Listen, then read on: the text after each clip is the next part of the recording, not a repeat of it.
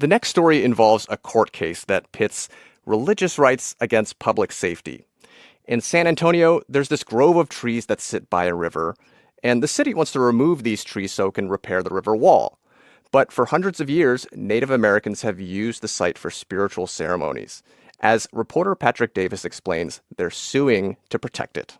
As the sun sets on San Antonio's sprawling Brackenridge Park, a small group gathers at a tight river bend. The river is lined with live oak and cypress trees and attracts a lot of water birds, egrets, herons, and double-crested cormorants. This site is just a part of many on the way down from as far away as Canada. People have been traveling through here for thousands of years. That's Gary Perez, a member of the Native American Church and the principal chief for the Pacwa Quahiltecan peoples of Mexico and Texas. Perez has been holding spiritual ceremonies at this bend in the river for 25 years. He says it's the presence of the cormorants that helps make this a sacred place. These birds carry our intentions or our prayers up to the heavens. But San Antonio officials plan to remove the trees so they can begin repairs on historic buildings and retaining walls along the river. Shannon Shea Miller, director of historic preservation for the city, says protecting the bank from erosion will help the tree canopy in the long term.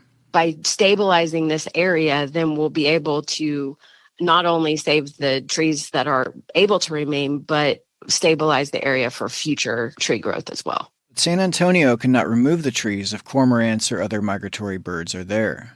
City workers have used fireworks and clapperboards to deter egrets and herons in recent months.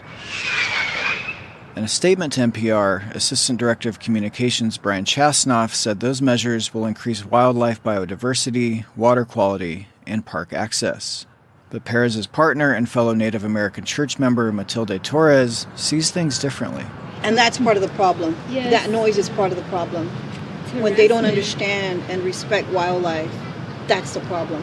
Like Perez, Torres is also a member of the Pacwa peoples of Mexico and Texas. In 2023, they filed a suit against San Antonio, arguing that they have a religious right to meet at that river bend and need the cormorants to hold sacred ceremonies there. The spiritual ecology that our Creator laid down on this earth is worth fighting for because it's part of who we are, it's part of our language, our songs, our identity. In a few moments, Perez will lead a ceremony called Midnight Waters that is inspired by a creation story from the Quahiltecan Native American groups that lived in South Texas.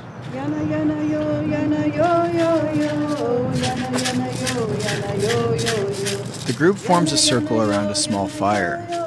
Torres and others sing, invoking a spirit that pervades all life. A man enters the circle and passes a bucket of water to the person leading the ceremony. And he takes these cormorant feathers, he dips it in the bucket of water and gives somebody a special blessing with that, to rejuvenate them, to bring them back to life.